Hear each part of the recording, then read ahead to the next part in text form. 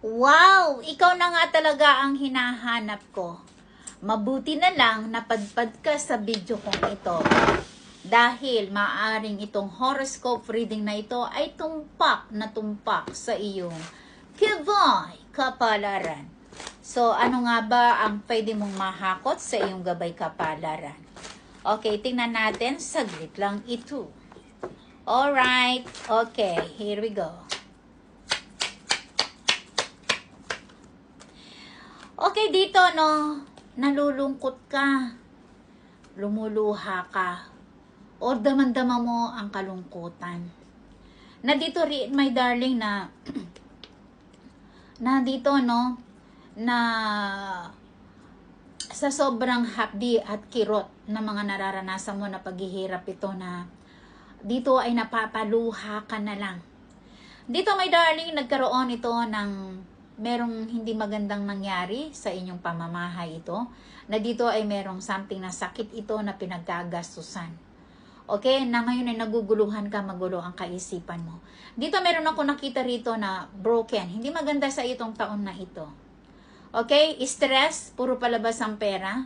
At dito rin ay wag ka rin magpapautang ng pera or puro palabas ang pera or nawalan ka ng trabaho or something hindi ka happy dyan sa iyong trabaho or na-disappointed ka na puro na lang yung mga meron kang bagay na ginugusto mong bilhin na hindi mo ito nakukuha, napupunta ito sa ibang gastusin. Kung ano yung target mo, hindi mo siya nabibili, no? Or meron kang pagkakagastuhan ito na na-disappointed ka.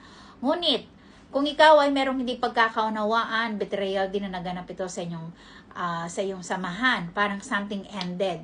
Maaring ito ay merong magtatapos na pagkikipagkaibigan ito or maaring merong magtatapos na relationship ito at dito rin ay dito ay may magkakaroon ng ending na parang bagong tatapusin ng kontrata, na may bago namang paparating na magiging okay ka sa iyong trabaho.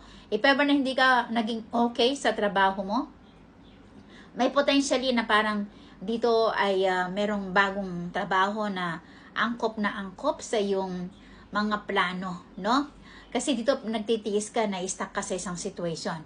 So dito, my darling, if ever na ikaw ay nagiging magulo ang kaisipan mo, marami kang mga pagtitiis, lahat ay ginagawa mo, hindi nila na-appreciated.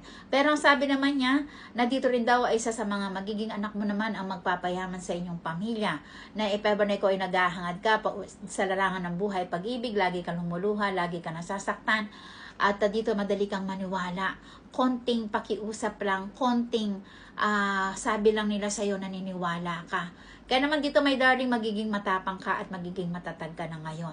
At this time, kung ikaw ay lagi kang naghahanap ng true love mo pero wala kang kadala-dala, makakahanap ka daw ng true love. So, may paparating sa iyo ng pag-ibig ito, hintay-hintay ka lang kasi ngayon broken-hearted ka pa, so wala pa. So, maghintay ka lang dahil dito ay magkakaroon ka kapag dumating naman yung tamang pag-ibig na hinihintay mo. Maaring itong foreigner or may pera ito na magpapayaman sa iyong buhay or sa isang iglap magbabago ang sistema ng buhay mo or pag-ibig ito na makakatulong ito sa iyong buhay. Na ito rin ay meron kang bansang mapupuntahan na doon ay magkakaroon ka ng pag-ibig at dito rin ay pwedeng ilan sa inyo ay magkakaroon ng maraming foreigner. Okay?